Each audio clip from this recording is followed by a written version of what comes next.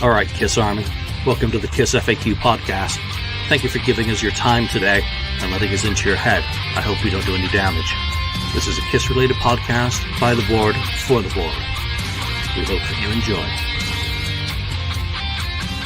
We'd love you to support this show. Please like, follow, and subscribe to us on Facebook, YouTube, and Twitter. Your likes and subscription helps us to grow and attract interviews and content.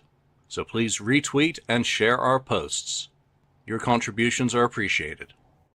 All right, welcome to the KissFAQ Podcast. It's the five of us today. Lonnie, St. Louis Kiss on the board. What's up? Daniel, Wheeze on the board. Hi. Marcus Almighty, Mark on the board. And the voice of reason, 69th Blizzard, the mighty Ken. Peace. The voice of reason? Yeah, I'm sorry. He still gets. By the time I get to him, I'm feeling expansive as I go around the circle here. I want to thank everyone who's joining us today. Ronnie Parker, Distortion Den, Hart. That's you. Jordan James, David LaPrade Jr. Thank you for joining us, and whoever else is listening in, or now or later, thank you for joining us. Yeah. So first comment out of the messages here wasn't it the anniversary the other day for the Kiss playing at the Popcorn in 1973? Yes, indeed. 2 days ago, Kiss made their live debut as a band at the Popcorn in New York City. Ronnie Lundell did a great feature on the Coventry, digging into that history. There's going to be some great news stories in the Ace book when that comes out about that show. Oh, Lord. So 52 years ago. Wow, time flies when you're having fun. So thanks for mentioning that. Danny Segelman, CMAC, thank you for joining us. Jeffrey, also. News this week. You know, there's not a lot going on that can be talked about, and it shouldn't be hinted about either by those who may have some clue. But Chains of Love. I did not know that this Bruce Kulick, Michael Bolton demo from the Crazy Nights era had been up on YouTube for years. I knew about the song from doing the Kiss and Related Recordings Focus back in 2003, but that's as much as I knew. And I was shocked when I'm updating that book. I just stumbled upon the video for it. So in 2 weeks, 2 Kiss-related recordings from the past have kind of surfaced, which is, you know, when there's not much going on, you grasp straws. So it's very cool thing. There's a thread on the FAQ if you haven't heard it, so go check it out. Another video that's happening in between shows is the Kiss Versus video. People have always talked about You Wanted the Best, and we all know that album, the archival recordings, were molested in 1996. So I finally got around to doing some AI separations of the drum bass music and vocals on that so that people can check out the differences between the version on You Wanted the Best and the best version that I could get to separate. Turned out to be the King Biscuit Flower Hour version of Let Me Know. One of the comments in that video from one of the viewers was, why don't you do this for Room Service, Take Me, and whatever the other one was? I can never remember. And I tried. I could not find a source that would separate to any degree of usable quality for Take Me. I went through the soundboards for Houston and Fort Worth and the audience recording. There was a really good bootleg, audience bootleg of one of those shows. None of it was usable to do a comparison. And then for Room Service, I think I went back to the high school. I think it's Remd or Palatine. I never remember. And it was just a dog's ass. The drums were kind of serviceable after some tweaking, but there's no bass. So that's I think the only one that's going to work unless we get better sources for the other ones. But again, it doesn't answer any new questions. Did Kiss fuck around with those recordings in 1996? Yeah, in some way. So there we go. Check that out. There'll be a couple of videos dropping in the next couple of weeks in between shows as well. Any of you guys got anything you want to talk about before we get into today's topic? Just real fast, I want to tip the hat to Julian for the 10th anniversary episode. I rewatched it the other day, and it was such a bliss. Great incorporation of the stuff you got from the fans, and great work from the team getting that stuff together. And big thank you to the viewers. I think that was a beautiful episode. Well, thanks. And yeah, definitely thanks to the viewers and everyone who contributed and chimed in during that episode. Today's topic is untapped potential. And this comes from a thread on the FAQ of songs that you think should have been bigger. And when we were putting this episode together, the guys were saying, well, what are the rules? I'm like, there is no rules. If it's Kiss related, it can be in your list. So solo albums, I would have even included, Frehley's Comet shit, but, had to restrain myself. So we did these lists. I compared everyone's 10 songs that they picked and saw how many of them that we all agreed on or two of us agreed on. So let's start with Lonnie, because Mr. Speed, Domino, I'll Fight Hell to Hold You, and Every Time I Look at You did not make the cut. Why do you think those songs would have been bigger? I like Mr. Speed. I think Mr. Speed is a very underrated song on Rock and Roll Over. I think it should have been a single. It should have been given a chance. I think it's a great song that has a catchy rhythm. It's very innuendo Kiss lyrics. It's like a typical Kiss song, and it has a great feel to it. I think it should have been single. Didn't get a chance. I'll Fight Hell to Hold You. I'm not surprised I'm the only one that picked this.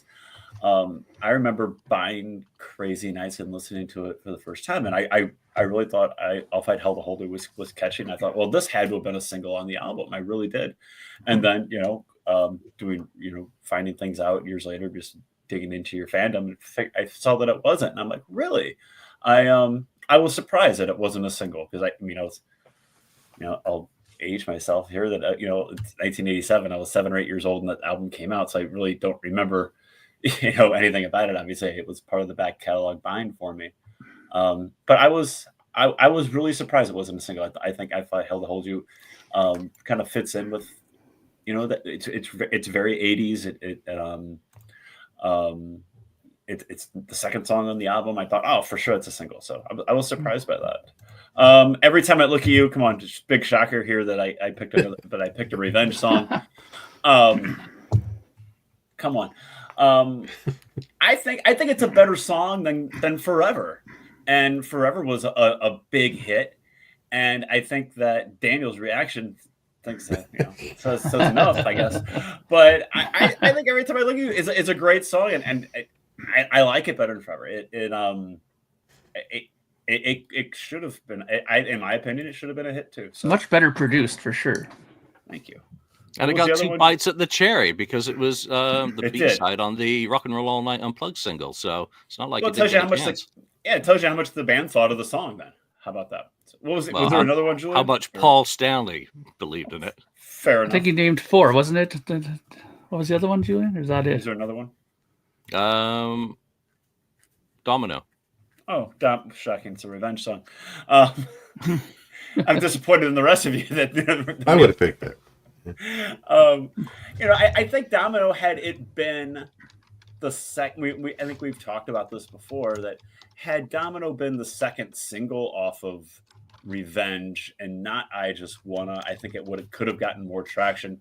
I mean, I Just Wanna was on MTV a lot that summer in '92, and I think by the time Domino came out, I think the momentum of the album had faded. There we go. Sorry. And I think that, but by the time it was released, the momentum had faded. I don't ever even remember seeing the Domino video on MTV at all. So, I think it could have been bigger than what it was. I think the video is a part of the problem as well. It wasn't a great video with him driving around drinking a soda. No, eating the burger. No, because the Unholy video was such a great video, and then I don't know what they did for the red. I Just Wanna was kind of looked kind of cheap, and Domino was just a bad idea. It didn't matter. Every Time I Look at You is pretty beautiful video. Yeah, I never saw that either until years and years later. Yeah, with Pearl Jam, Nirvana, and Soundgarden, Alice in Chains, it didn't matter what they did. All right, so 2 of us really didn't do very well in this. 6 of your songs didn't make the cut, Ken. There's a shock. Ooh. And they're all Gene songs. No, I'm Shocking. joking. I would be surprised. No. You guys. Yeah, the songs that Ken picked that didn't make the cut that he gets to talk about now are Shout It Out Loud, Let Me Know, good pick, by the way, Charisma, good pick, Come On and Love Me, great pick, Rock and Roll Hell, and Hard Luck Woman. So, Ken, you get to talk about your rejects. Yeah, well, Shout Out Loud seems like why? Because it was almost kind of a hit. I just think it should have been the first single off of Destroyer. And I think had they used the momentum of the Alive Rock and Roll All Night, which kind of did well from Alive, they could have hit it with another anthem right away on Destroyer. Now, the problem with Destroyer, as Mark knows, is the production wasn't anywhere close to that sound of Alive, but had they had that, Eddie Kramer kind of production on that album, I think that single would have done even better than it did when they tried to release it a couple of times, but it was too late anyway. I think it was late in Destroyer, and then it was late, and then they did it for Live 2, but it was kind of, and it charted, but it was too late at that point. But anyway, that's one. Let Me Know. I almost picked Strutter off of the first album because I thought that one would have been a good one too. But Let Me Know, I've come to like this song a lot more than I used to anyway. I think it's a great catchy song. I love the Let Me Know chant and all that stuff. I thought it would have been a better single than Nothing to Lose as the lead-off single. I just think it's a better song. So that's why I picked that one. Charisma. Hey, I just love that song. I just think it would have been a good one to start off with on Dynasty rather than I Was Made for Loving You. I Was Made for Loving You should have been an afterthought. But they're just You'll never get over listening to that on the wrong side first, will you? Oh, yeah, I love it that I listened to the wrong side Ken was first, gonna pick that actually. song. I love that. So that's that one. Come On and Love Me. I'm surprised you guys didn't pick that. That's a good song. I'm actually disappointed in Lana's in favorite all of song. It is my favorite song. I'm Well, I think disappointed. it is popular, though. What do you mean? Yeah, and that's what I mean. But it should have been bigger. It should have been a hit. It was Should have never been a played hit. regularly. They play it live. They A few would times. play it live. Yeah, Should I have don't been see how it's going to be. I think it's Should as have been big the as it could lead-off have got. single and hit. I think it should have been. I'm yeah. with you, Ken. That's why I picked that. I'm surprised. I'm really surprised you guys didn't pick that. Then the other one, I guess, Rock and Roll All Night? No, not Rock and Roll Night. Rock and Roll Hell. Should have been bigger. Yeah, I didn't pick that one. Never I played picked it live. Beth. No, Rock and Roll Hell. I think that is just a really radio type song that could have made it on the radio. It's similar to what came just before with, I've said it before, I think, a Foreigner with like Jukebox Hero. Same kind of idea. Did you see the mashup between Bryan Adams and Kiss that popped up on YouTube last week? That was kind of fun. Yeah, that's good stuff. Is They that used it? Did I hit 'em up? Bryan Adams vocals and Kiss's music.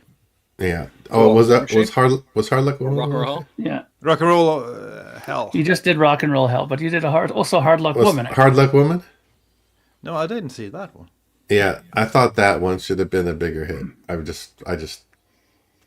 think it's just a really, really good song. I think I don't know.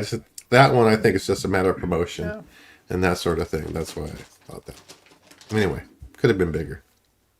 I want to check out that mashup now for Bryan Adams. So Bryan Adams' vocals and Kiss's music. I think, if you can find a link for that to throw in the chat, that'd be helpful. I tried doing that with Aces and Kisses, Hide Your Heart, but there's so much speed and pitch and all that issues between the two. I wanted to put Ace's voice on the Kiss version, or Paul's voice on the Ace version, so it was too much of a pain in the ass.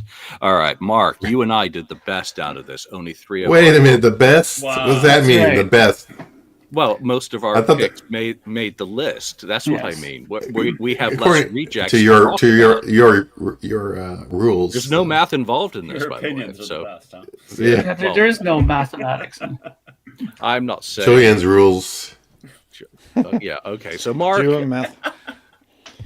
your choices that did not make this list are "Shock Me," "Who Wants to Be Lonely." Thank you for putting that in there. By the way, That's a good pick. That's a good one. you score points with the teacher, and "I Stole Your Love." Explain those. Well, I mean, okay, "Shock Me," I think was a song that I think should have been much bigger for numerous reasons. Number one, it's a good song, I think. Number two, at that time period, to have Ace sing a song, I thought right away would have been one of these things that would have made people instantly more interested in the song, whether it be the audience or DJs or something like that, because they were always hyping it, oh, when's Ace going to do a song? When's Ace going to do a song? They finally do a song and they put it out, and it's a big song amongst Kiss people, but overall, I think it didn't do as good as it could have done. With maybe the timing was wrong. Maybe it should have been tried to be out as like a second single instead of I don't know. I think what was the first one? Was it Love Gun or was it Christine 16? I don't remember. Christine 16, I believe. Okay, so if it would have whatever the second single would have been, if they would have let Ace song come in, which they wouldn't have, but if they would have, maybe it would have did better. So that was my reasoning for that.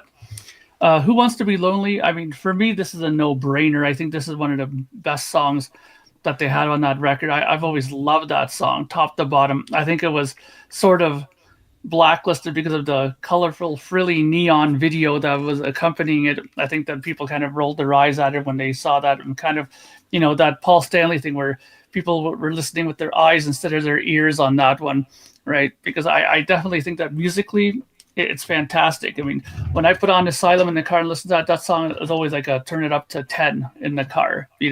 It's well done. It's well sung. There's nothing on there that's weak on it. And again, maybe it was one of those situations where Kiss was being a sort of the black sheep of the radio at that point, and people were like, they weren't interested in playing Kiss, But I definitely think it had all the ingredients to be a very strong song, and much, much bigger, even amongst the Kiss people themselves, I think, than it is.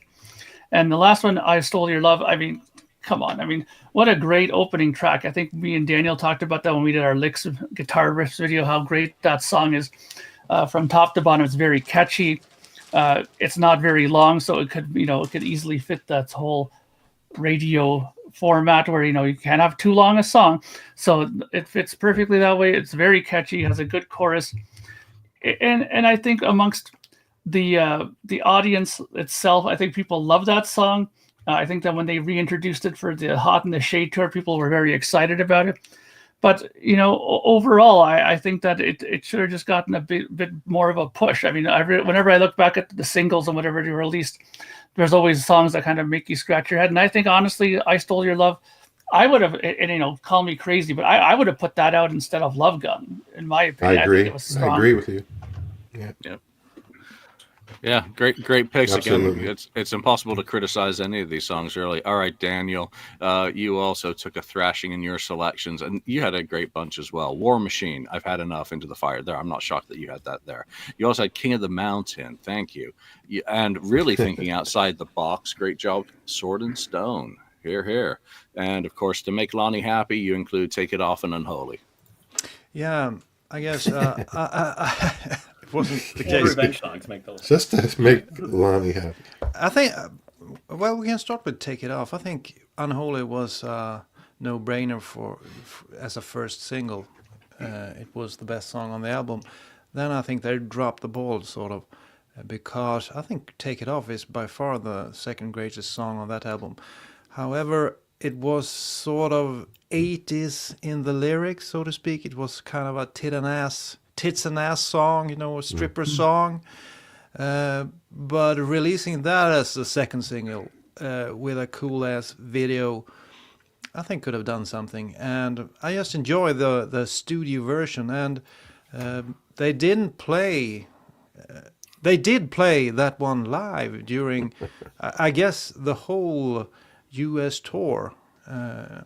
It went over pretty well, it seemed. So it was a great song, but they never managed to top the studio version, especially the chorus where Paul reaches some notes that I've never been able to reach.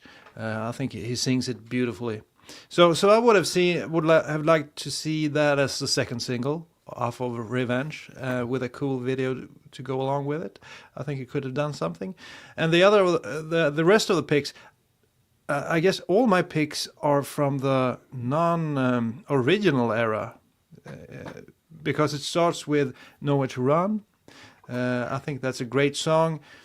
However, at the time, it was impossible for them to get any kind of hit because they were so out of the loop. They were so out of fashion. But that song deserved something more than it got. I think it's... Well, that made our list, so just... Yeah, okay. You're just talking about the ones that didn't All make right. So, It's My Life, did that make the list? No? it. Did. It did? Yeah, Creatures of the Night, then. Creatures of the Night. It made the list. War War Machine, Machine. I've Had Enough, King of the Mountain, Sword and Stone, Okay. and Unholy. Okay. Unholy didn't make the list. Well, I guess since Unholy was the first single off of Revenge, I guess you guys didn't pick it. But I think it was just the right kind of song to release in '92, but it didn't do anything. I think it made number 2 in Norway. I don't know how. It's not a known song over there, but other than that, it didn't make any charts anywhere. At least not a lot of top 10 positions. But to this day, I still enjoy the video. I think the video is a great video. Maybe one of the top 2 or 3 videos that Kiss ever did. And the song is brutal. It's also, it's very current. It feels like maybe Metallica or some other band could have done it. So It has aged well. Yeah, I think it's aged well. I listened to it the other day and it's ripping. Bruce Kulick's solo on that is awesome, and the vocals from Gene and the production of Revenge is probably my Mr. favorite Edison production. deserves credit for that. Yeah. So I would have liked to see that do a little bit better than it did, but it was the right pick, but it didn't do anything. But it was like being hit by Mike Tyson when you saw that video the first time. You were shocked. It was like a huge overhead ride from Mike Tyson. I think it was such a great song. But unfortunately, it didn't do anything. Other than that, Sword and Stone, I think Crazy Crazy Night was the perfect single from that album. But then I would have liked to see Sword and Stone instead of Bang Bang You on that record. And I would have actually put Sword and Stone as the second single because I think it's a perfect song in '87. And it's such a cool vocal from Paul.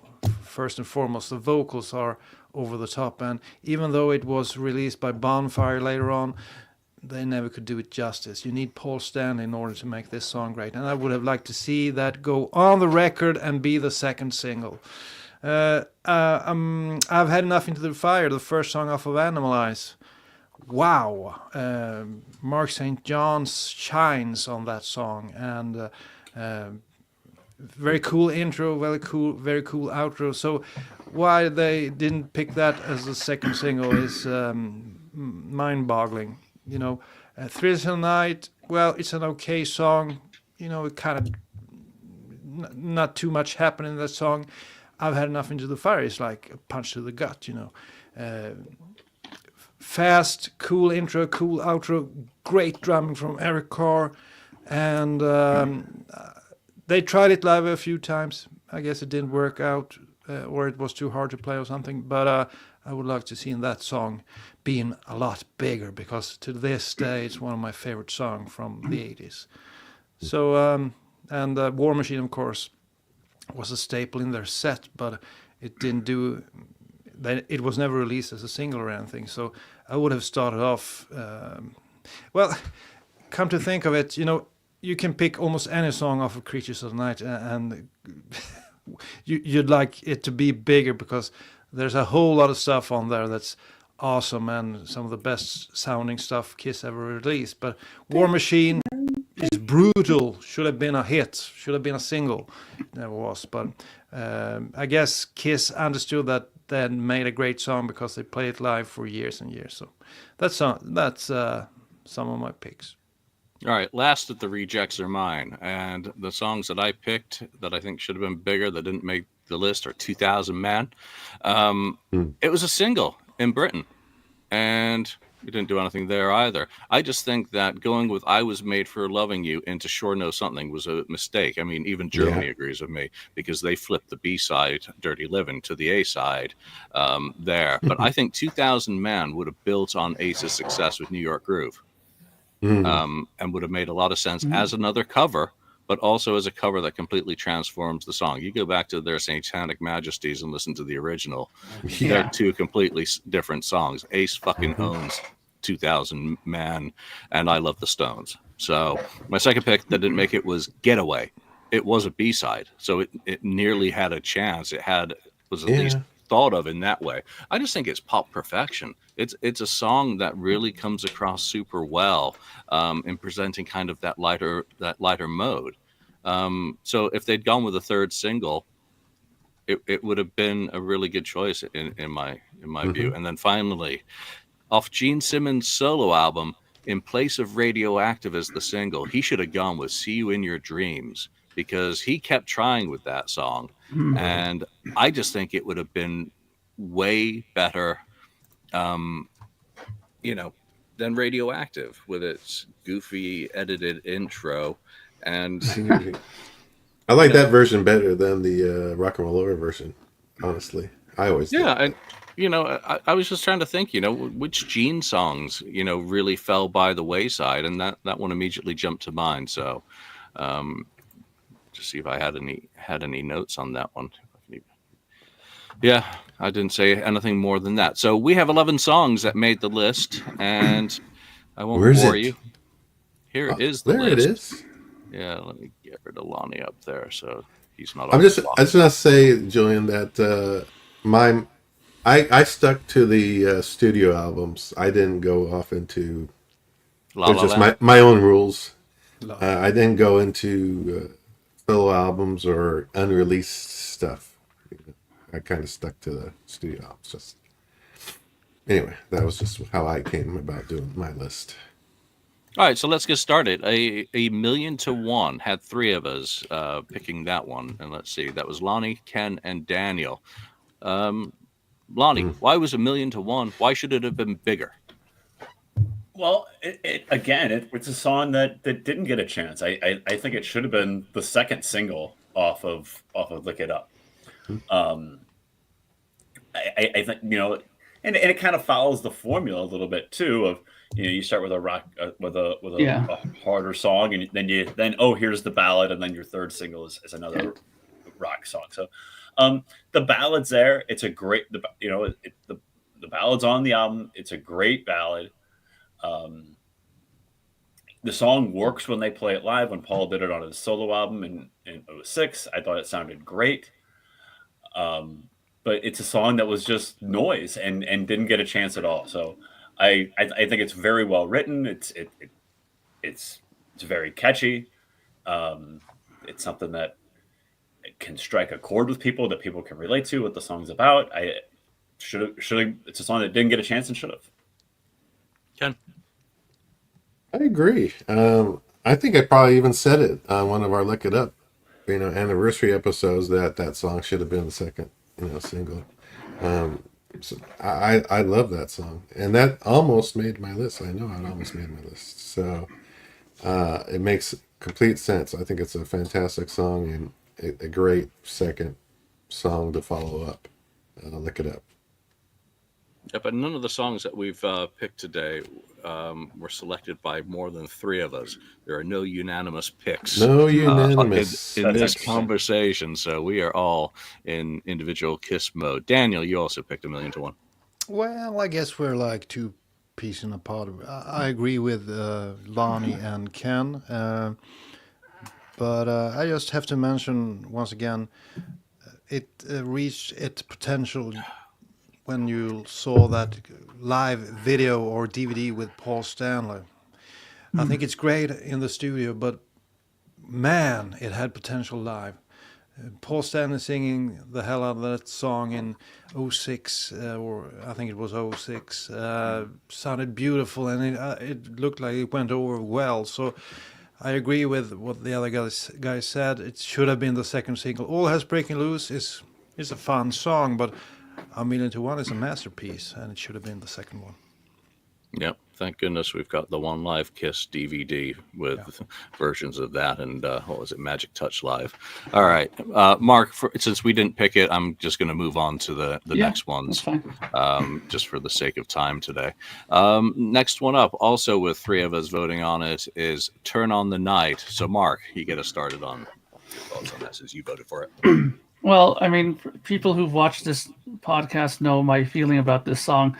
I don't need to go into great detail about it again, but it's just one of those songs where the minute you hear it, or at least the minute I hear it, it's a toe tapper. It's one that the chorus stays in your mind after you hear it for hours after the fact. I think it was a really fantastically written song. I think that again, it didn't get the proper justice that it deserved. It was one of these things where if it would have been approached differently, maybe it would have been put out as a proper single, second or whatever, because you're not going to put it over Crazy Nights, of course, right? But if you would have put it out earlier or in amongst those ones, then maybe it would have had a better a chance on it. They did do a video for it too, which was interesting because they, usually when you have a song that's not really pushed as a big single, you wouldn't really make a video for it. But I think it's a great song. I really think that it had all the ingredients that make a great single, especially during that time. But again, it was one of those things where, Kiss was almost like a bad word to say in amongst radio and music at that time. So they never took it as seriously as they should have been. Yep. Ken, you picked this one as well. Yes, I think it's like Mark. I actually think it should have been maybe the first single actually over Crazy Nights, and maybe the album should have been called Turn on the Night. I don't know. I just think it's a better song than Crazy Nights. Crazy Nights is a little bit too has too much of a formula to it, I think, in the writing. But though it's a good song, it's not a bad song. I think Turn on the Night is just much better and would have maybe saved Crazy Nights as an album, have it do better than it did. So have you guys experienced Crazy Nights live? Yes. Yeah. Yes. I think it went over, at least here in Europe or in Scandinavia. It was an awesome live song. They liked it in Europe more than the U.S. I think overall it's a good song. It's a good song. I'm not saying Crazy Nights is bad. I'm just saying I think I love the Turn on the Night lyrics. is better.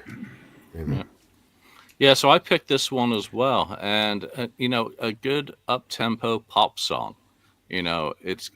It actually hits those kind of points for me, and look at some of the stuff that was going on at the time, just like Paradise and Wait, and Girls, and all that other stuff. It fits in really well, and I think it's stronger than some of the singles released from those albums. So I've always liked it. I'm always going to put it on my list. It's my Crazy Nights representative. One of you mentioned Bang Bang You earlier.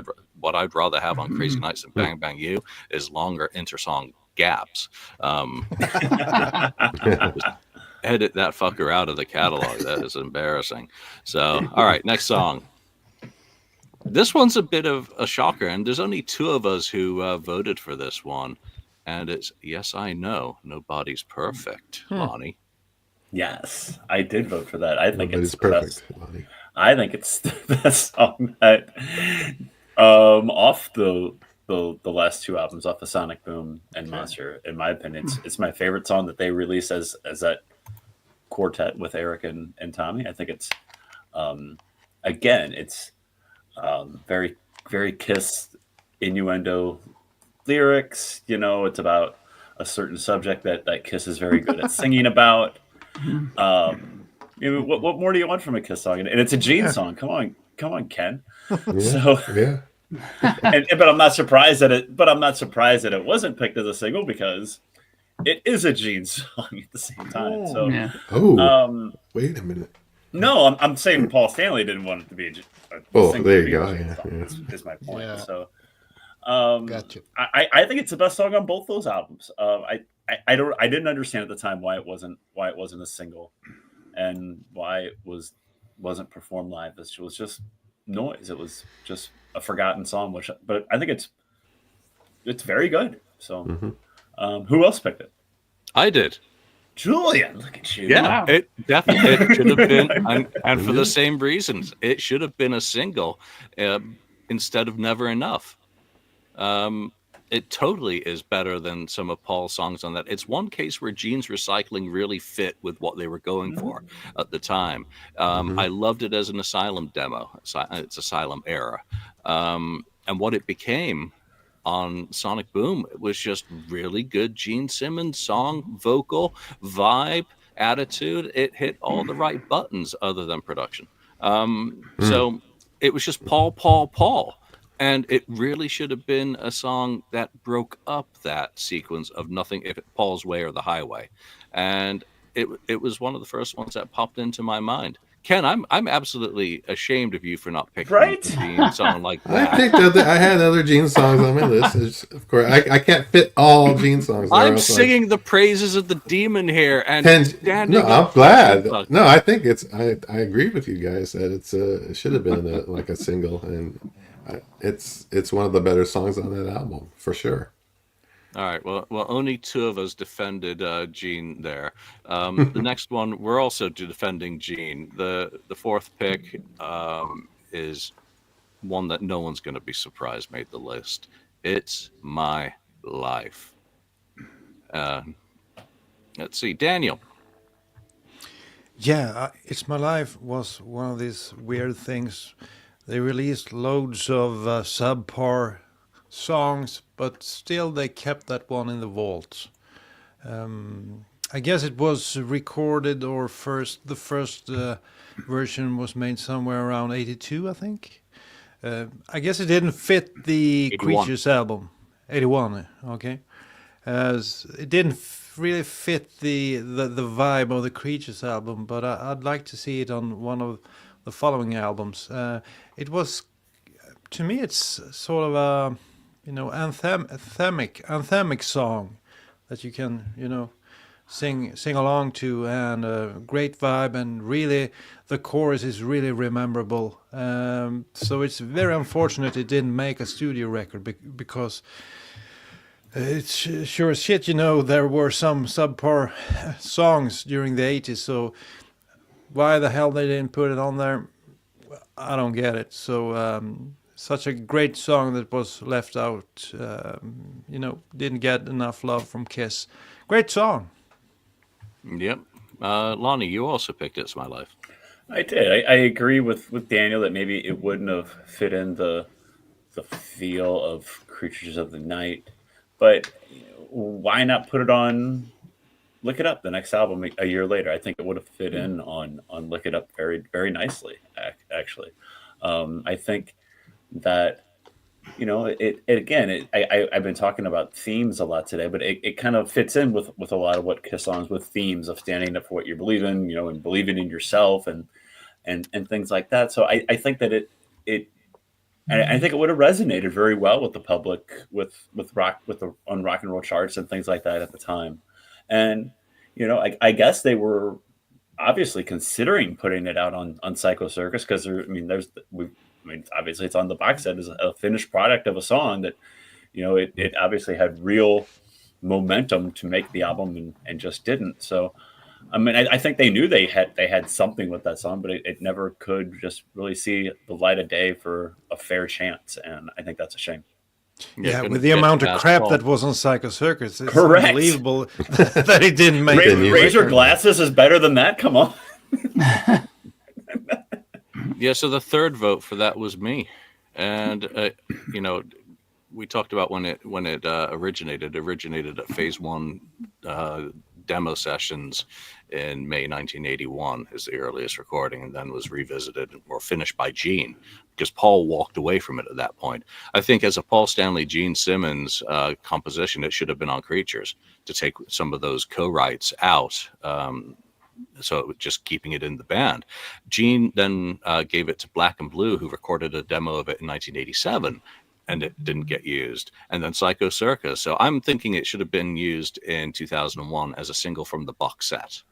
And that's why I think it should have been bigger. It, for all the same reasons you guys mentioned, it was an anthem. It's kind of that song, but it was never going to get by Paul, who, once he decided he didn't like it, and the music was his, everything else was Gene. That was it. It wasn't getting a chance of a dance, and that it even got demoed or recorded in 1998 is amazing. So there we go. I just like to say that I would have picked it again. I kept away from the kind of the unreleased stuff. I didn't count the box set version. I didn't count the box set version as a release. Plus, I would have that version is not to me is to a degree watered down than what would have been maybe in Creatures of the Night or Lick It Up. I think Lick It Up that song should be gone off of Lick It Up, and they should have had It's My Life instead. Which Gene song would you have switched it out with? No, It's My Life. It's Like a Glove. It's My Life. Yeah, It's Like a Glove. No. But It's My Life, I think, could have been a great song for Lick It Up. On I the think eighth day. Would have been done better as a single than Lick It Up. And I think It's My Life, that message they could have really made, a thing of it with, it's my life. I'll do what I want. If I want, I'll take off the makeup. If I'll do whatever hell I want, I'll put on the makeup. I'll take off the makeup. They could have done a thing around that. But and promoted it that way. It's interesting that you say we replaced Lick It Up from it, because from what I remember, and especially from my sister's recollection of it being, at the proper age at that time, that song was huge. That song did great for me. Huge over here. It did good. It did very good. Well, you can have both of them on there. Yeah, but if you would have replaced that with It's My Life, I don't think it would have did as good. You could at least replace and on the eighth day with maybe It's that. My Life. Oh, no. I like Dance all over your Eighth day, that's like... No. I like that. I like those ones. Ken is dying I over like there. that Gene You cannot song. remove Take away Gene that Gene songs. song from me. Can't remove Gene song. Well, there we are. All right. So next up, with only, again, two of us selected this song. So Ken's going to tell you why he thinks I should have been bigger. You mean you? Oh, I. I'm already big. Okay. Oh, no. I. Well, when I first got Music from the Elder, when it came out, I listened to the whole album, and I was kind of shocked, of course, at the first time listening to it to a degree. But when it got to I thought, this is a great song. It's catchy, sounds like Kiss. It is the most Kiss song based on their past, the previous albums before it, and it's anthemic. It was my favorite song off that album when I first got it. I play that song quite a bit. Then later I got to like some other songs a lot now. That song I just thought could have been the lead-off single too. I think the mistake releasing A World Without Heroes after doing Unmasked and Dynasty and the solo albums. It's kind of like, Hold Me, Touch Me, that kind of stuff. Why release that kind of song? It's so not Kiss. So I should have been the first single off of The Elder. I think The Elder would have been done a little better than it did. Because I think that song is more Kiss than anything else. And they could have, they had the video for it, right? They did record that video.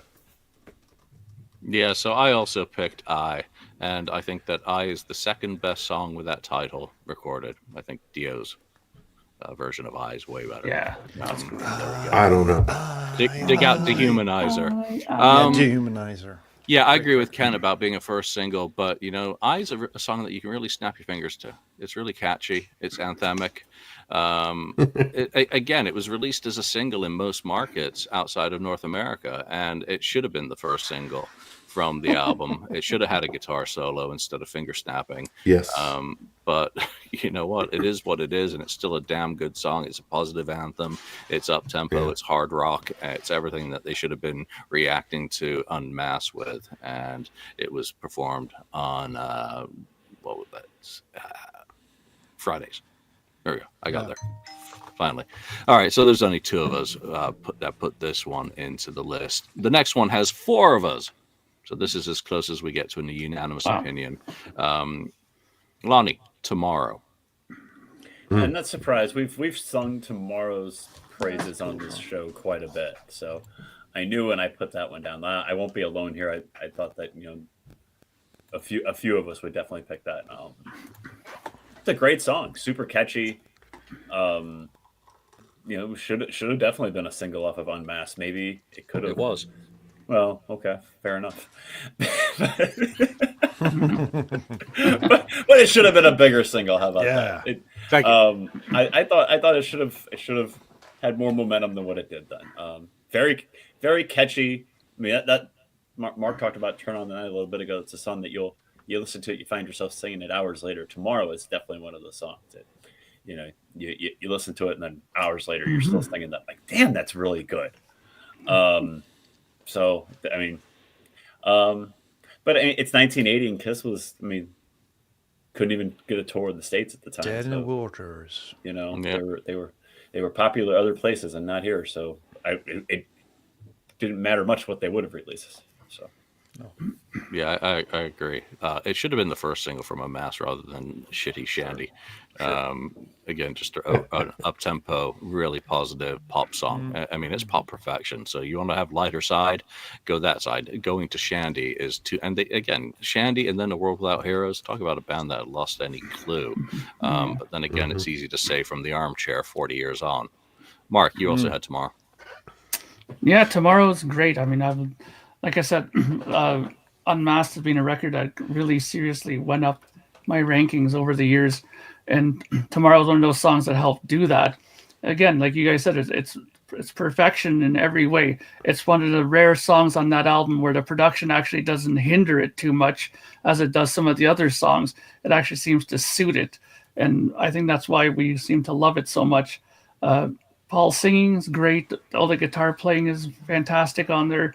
Drumming's great as well. I mean, there's nothing about that song that's weak. I just think, again, it's one of those situations where it's just bad timing. Kiss at that time was, losing ground to newer bands that were coming up at the time, and they were starting to look at as sort of, rock dinosaurs at that point. So whatever they put out at that time wouldn't have really mattered. And like Julian said, they were putting out ballads they put the ballad out here first, then they did World Without Heroes. They did, I mean, they were trying to look at that as their saving grace. If they put out a really strong ballad, then, the album will, catch a rocket and go to the top, which it never did. So, but Tomorrow definitely deserved to be more looked at as a top song. And, it's a shame that they never really play it live. So. Yep. Ken, you also picked Tomorrow. Why? Because it's not today. I picked Tomorrow. Anyway, Tomorrow, I think... Yeah. Tomorrow, that was my favorite song. Again, kind of the same. I think it could still be my favorite song off that album. It's really, second favorite song. I just thought that should have been the first single. It's just so surprising. Shandy, over Tomorrow, it makes no sense at all. I guess it must be the studio executive guys or whoever picking these singles, because this just, to me, it's crazy. Tomorrow should have been a single. First single should have been a hit. Either way, I think it could have been a hit, at least more so than Shandy, worldwide at least. I know Shandy did okay in Australia, but everywhere else, not really. So anyway, great song. All right. Next song, again, only 2 of us voted for. Oh, no, I'm sorry. 3 of us voted for. Daniel, Nowhere to Run. Now you get to talk about that long-forgotten gem. Yeah, such a gem and such a vocal from Paul Stanley. Very underrated song, but I guess the songs on Killers never got any attention from the public or from the band, actually. In later years, Paul Stanley seemed to understand that this was a great song, and he performed it during acoustic, acoustically during, I think, the cruise and stuff like that. But then it was too late. He couldn't hit those notes anymore. But when you listen to the studio version, it's perfection. I think that's one of Paul Stanley's best vocal performances ever. And that record, Killers, I don't know if it did anything anywhere. It was sort of a bounce back from The Elder. But I would have liked to see it do better. Maybe if they could have saved it for a studio record, like maybe Creatures, Lick It Up, Animalize, something like that. Giving it the full production, because at times it feels like, well, the sound on Killers, it's not bad, but it feels kind of rushed. I think they could have done a bit more with the instruments. But to me, it's one of those songs that could have been so great live, with the full production and Paul Stanley belting out the vocals. So they really missed the ball on that one. Didn't give it enough attention. One of my favorite Paul songs ever. Yeah, they recorded all that Killer shit in like a week. That'll be in War Machine. That comes out, details on the sessions. Who else picked that one? Mark, you had Nowhere to Run, didn't you? Yes, I'll echo a lot of what Daniel said, but there's one thing I find very confusing about this: why it wasn't bigger. I mean, from what I vividly remember reading, Phonogram, the parent company, was very, worried about Kiss, how the last record, Music from the Elder did so terribly. So they had requested the 4 rock songs, emphasis on heavy rock songs. They wanted them to write it so that they could put out a greatest hits to get them back on track. So if you're that worried and you specifically ask for something like that, and you get a song as good as Nowhere to Run, why wouldn't you make more effort to push it than what they did? I mean, this doesn't make any sense to me. You specifically asked for it, as a way to kind of turn things around. It's a great song, and they don't really do anything to push it. I don't think that there was any real mention of it. I mean, I think, now correct me if I'm wrong, if there was ever any sort of hype sticker, because I remember seeing one on the import here when we got the record, I don't think those songs were ever mentioned on there. If anything, they're probably just some of the classic songs were mentioned, if anything, on that. So why make such a big deal out of it? If you're a record guy, if you're not going to push it. I mean, if you would have put a little bit more, backing behind it, I think Nowhere to Run would have been a great song, and it would have probably did decently well, especially in Europe. Forget about North America at the time, but I think that it could have did a much better if there was more push behind, from the Suits. It was a single in Europe, and it did nothing. Yeah. It wasn't released in North America. I don't know if I don't think I've ever seen any hype stickers. I could be wrong about that, but in Europe, I don't know. So I mean, it was on my list as well. I mean, it becomes redundant on Creatures of the Night once you've got I Still Love You, and I get that. And since it was a single in Europe, it was overexposed in some way, but. I would have loved them to have updated the sonics of it, just like they did with Partners in Crime. Go listen to the Creatures box set for a glorious version of that. Paul Stanley, in fact, I hope one day we get to hear some rehearsals from 1989 if they did work that song out like they're supposed to have. So he clearly still believed in it in 1989 if he was thinking about digging that one out for his solo tour. What a great thing that would have been as well. Yeah. But to me, it's just a majestically powerful pop rock song that straddles that line between ballad and full on heavy metal. It's glorious. The vocal is spectacular. The lyrics, just the story it's telling. He's so emotionally invested in that performance, and Bob's solos. It's just a fantastic song, and it's a kind of a gem. But it's not like it didn't have a chance or wasn't given a chance. It wasn't neglected. And again, they did singles in most markets. "I'm a Legend Tonight" was a single in Japan. "Down on Your Knees" or the misprint was a single in Germany. So, but "Nowhere to Run" was the main single, and it did fuckity fuck, which just got this video demonetized. Moving on is another song picked by only two of us. Lonnie, Paul Stanley solo album. You went deep there. Yeah. Because I'm not going to say to you, Lonnie, "Tonight You Belong to Me," because that just doesn't sound.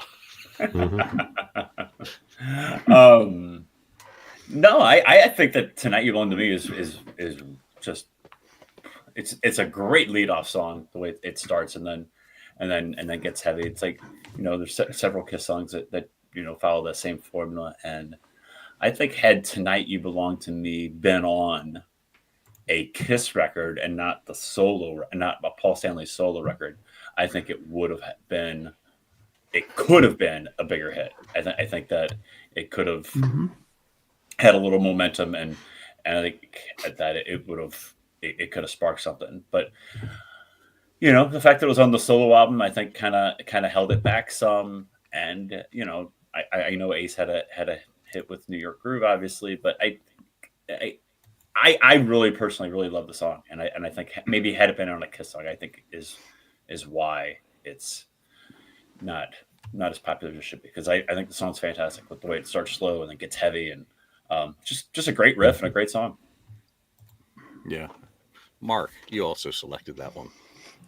Absolutely. That is such a great song. I will echo everything that Lonnie said about it. It's 100% correct.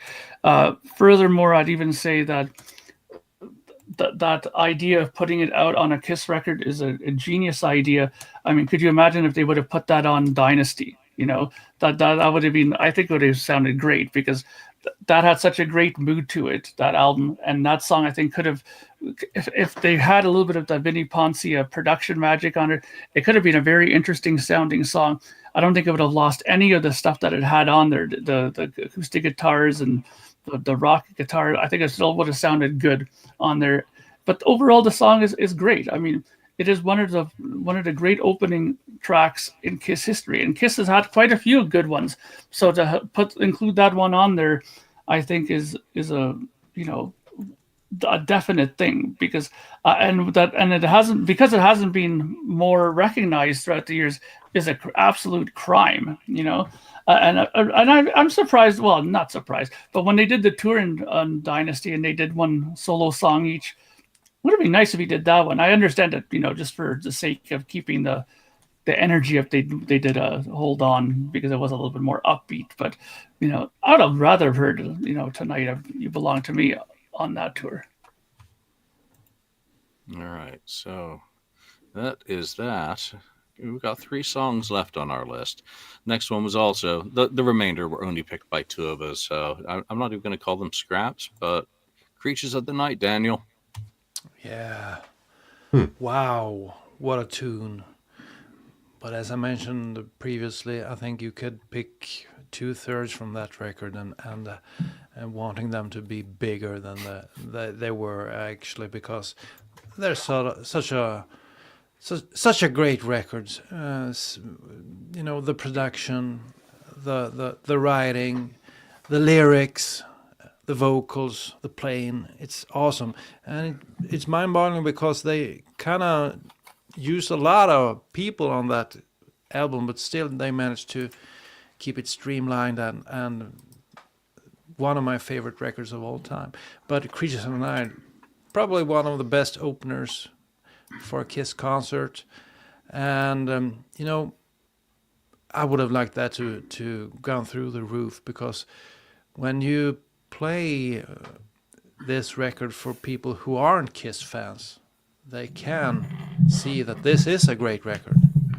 I mean, there's no question about it. This is one of their best hard rocking albums, and Creatures of the Night is perfection. You know, from that intro, that sick guitar solo in the intro, and the effects on Paul's vocals, menacing, up tempo, and the drumming from Eric Carr on that song is like awesome, and the sound of Eric Carr's drums as well. So this was never a hit, but I challenge you to play this for any hard rock fan, and no one will tell you it sucks, because they will say this is an awesome song, because it is, and it should have been a hit.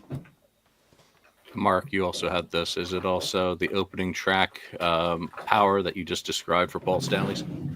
Yeah, absolutely. I think that this is another example of a great opener, one that does its job in reeling you in for the rest of the record, and more importantly, it does make you realize what's to come. I mean, sometimes you get an opening song on an album, and then 2 songs into the record, you're like, "Oh, what's going on now? Now we're kind of in territory. Doesn't sound like nothing like the beginning of the record." But this one does give you what's to come, and it did a great job because of that. Now, I mean, they did play quite a lot live, so it was pretty popular amongst Kiss people. But I don't think this would have had really too big a chance on radio as much as it could have. If it was done at the right time, like what, and sometimes on these radio stations they had these specialty shows where they had like hard rock hour or this and that hour. If they would have did it then, maybe it would have picked up a bit more steam. But I mean, don't forget, this is 1982. We're already starting to get bands like Quiet Riot and these other bands that are starting to play on the radio. So this is not completely out of the realm of possibility. It's just like nobody wanted to play Kiss. And nobody really cared about Kiss. Look at the tour they did in America. Nobody went to it, So it doesn't matter how great the songs were at the time. They just needed a complete makeover and image, more importantly than anything else. Not musically, because musically, they were still good. Yeah, but it was released as a single in the UK. So leave it. There you go. There.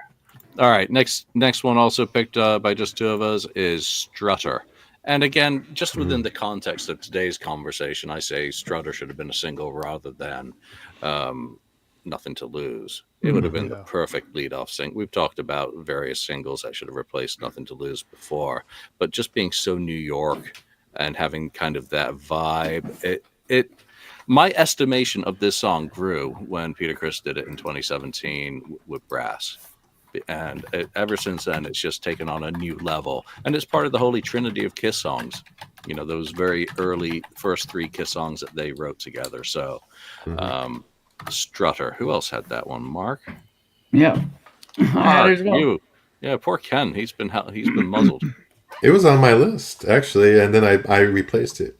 So. Yeah, Strutter is great. I mean, again, it has all the great ingredients of a song that should have been a much loved single, but again that would have been difficult. They were a new band at the time.